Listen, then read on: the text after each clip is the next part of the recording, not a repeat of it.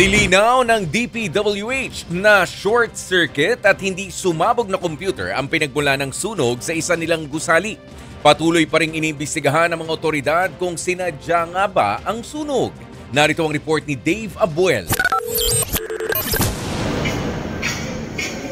Tinawag ng ilang opisyal na kaduda-duda ang sunog na sumiklab sa gusali ng DPWH sa Quezon City kahapon. Maging si DILG Secretary John Vic Remulla, sinabi na di karaniwan ang sunog sa mga bagong gusali. Nataon pa yan sa kasagsagan ng issue sa maanumalyang flood control projects. Pinaiimbestigahan na ang anggulong arson o sadyang panununog. Nauna na ring ipinag-utos ng Ombudsman na imbestigahan ito. Kanina, may mga kawani ng National Bureau of Investigation na pumasok sa nasunog na opisina ng DPWH sa Quezon City. Sa ngayon, ayon kay DPWH Secretary Vince Dizon, short circuit o pumutok na linya ng kuryente ang sanhi ng apoy. This also corrects the initial information na may computer na sumabog and all of that.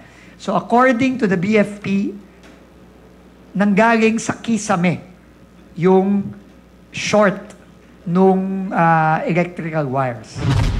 Nilinaw din ni Dizon na ang nasunog na gusali ay ang Bureau of Research and Standards ng DPWH. Ito ang nagsasagawa ng pag-aaral at testing sa mga bagong construction materials. Ito rin ang pinagtataguan ng mga dokumento ng ahensya na may kinalaman sa mga sinusunod na standards sa konstruksyon.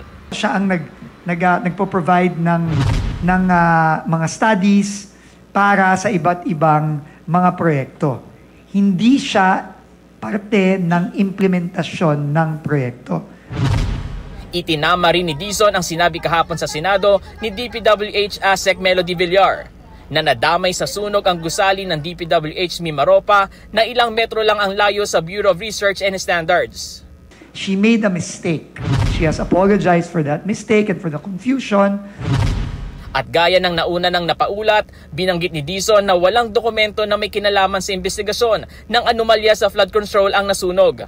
Tanging mga manual at report ng Bureau of Research and Standards ang nadamay. Meron naman daw itong mga backup na digital copy. Sinigundahan naman yan ng Department of Justice. It's safe to say po na as of the information provided to us now, wala naman pong ebidensya na kailangan na nasama po doon. No? No pertinent or material information or evidence that pertains to the flood control issues. Sa kabila niyan, bukas pa rin daw ang DPWH sa anumang investigasyon. Nagbabalita mula sa Frontline, Dave Abuel, News 5. Mga kapatid, ako po si Ruth Cabal. Dito tayo sa totoo, dito tayo sa True FM. Mag-follow at mag-subscribe din po kayo sa aming social media accounts at True Network PH. Diyan po yan sa aming X na dating Twitter, sa FB, sa Instagram, sa YouTube, sa TikTok at sa mga podcast. At syempre, tutok din po kayo sa Signal True TV Channel 19.